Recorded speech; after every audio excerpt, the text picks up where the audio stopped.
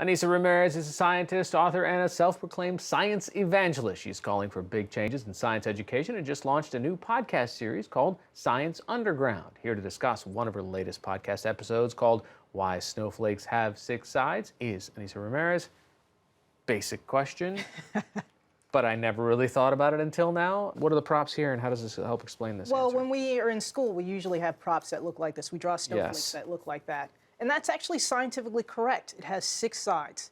And if you want to know the answer, you have to go to the grocery store, over to the produce section, look at the oranges. Okay. If you look at how oranges are arranged, you'll see that each orange is touching six other oranges. If I were to draw a line around this, it would be a hexagon. And this is what water molecules do. They arrange themselves the same way as these oranges, and they grow from each one of these sides and create branches, and so that's how we get a snowflake. What's the advantage? Why do they want to touch six other molecules? Well, this is how you can have the most number of neighbors. So you can have the most number of bonds. So this is sort of like the atomic level of what's going on. In order for atoms to have the most number of nearest neighbors, this hexagonal arrangement is one of the ways to do it. So, but if the oranges were smaller, let's say they were golf balls, couldn't you have 18 neighbors or 27 neighbors? No, it ends up that it scales. So if I went down to, BBs, or if I went up to bowling balls, it would still be six. That's called the closest way that you can compact something. And how exactly, when we think about snowflakes being created, explain that for me. When those water molecules are touching these neighbors, what's happening? Well, it all starts with a piece of dust or a piece of ice. And water molecules in their vapor form collect on this piece of dust, and they start to arrange themselves, and they want to make sure that they're the closest packed, so they create this hexagonal array. So at the center of every snowflake is dust? Is a piece of dust. Every Or a time piece you of put ice. your tongue out, and you're actually, that piece of dust is like, yummy. How many water droplets? You said 100. 100,000 water droplets makes one snowflake. And how do we know that?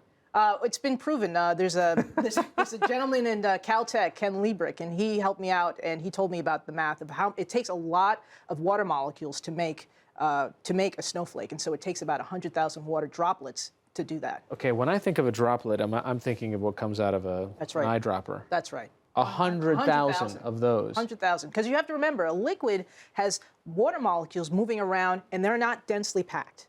But in a solid, like in a snowflake, everything's as packed as it could be. It's sort of like being in a subway in New York, rush hour. There's no other space. However, a liquid is sort of like being on the subway 2 o'clock on a Saturday. Not too many atoms around there. So that's the difference between a liquid and a solid. It's much more closely packed, so you have many more water molecules hanging out. So 100,000 water droplets per snowflake, and It's mind-blowing. The blizzard, I don't know what even the jillions of water droplets. Yeah, turning so into- it ends up that it's about an inch of rain equals about a foot of snow.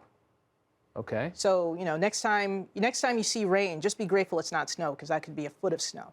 So that can just give you a sense of how many water droplets are in liquid and how many water droplets are in a solid. So is there a greater implication, I guess, to scientific research when they went after this quest to figure out how a snowflake forms? Mm-hmm. Why would they do this? Why would they do this? Well, What were they hoping to snowflakes learn? are crystals, and that's Yes. interesting to everyone because crystals are inside of your cell phone. The semiconductors are crystals. So if we know about crystals in a snowflake, the lesson's kind of parallel to a snowflake in a cell phone. So a snowflake is a crystal just like a ruby or a diamond. And so the calculations it wasn't like someone was crazy and they said, I'm just going to figure out a snowflake. It ends up that information translates to so many other technologies as well. Okay, so it might be from the diamond department that someone... That's right. It's probably a crystal grower. There's people who grow different types of crystals on a very pure scale, and you can learn a lot about properties because a crystal is sort of like the purest material, and so you can learn a lot of physics and a lot of material science that's going on. And then it wasn't too hard to make a calculation for what it takes to make a snowflake. All right, Anissa Ramirez, science evangelist. Thanks so much for joining us. Thank you.